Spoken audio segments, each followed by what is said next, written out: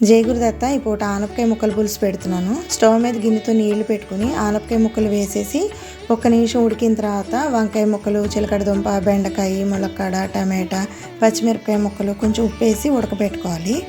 చింతపండు నానబెట్టుకుని పులుసు ముక్కలు 2 వంతులు ఉడికిన తర్వాత ఈ చింతపండు పులుసు తీసి పోసుకుంటే ముక్కలకి ఈ పులుపు అంతా పట్టి బాగుంటుంది.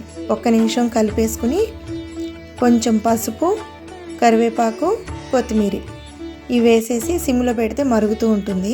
ఇప్పుడు 1 స్పూన్ బియ్యపిండి నీళ్ళల్లో తడిపట్టి పెట్టుకోవాలి. పులుసులో బెల్లం వేసుకోవాలి. నేను ఇప్పుడు పటి బెల్లం వేస్తాను.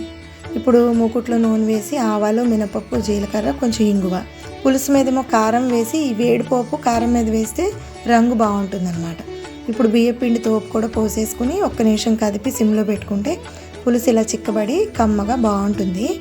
చాలా రకాలు పెట్టుకుంటాం ఆనపకాయ పులుసులు, ఇదొక రకం అన్నమాట.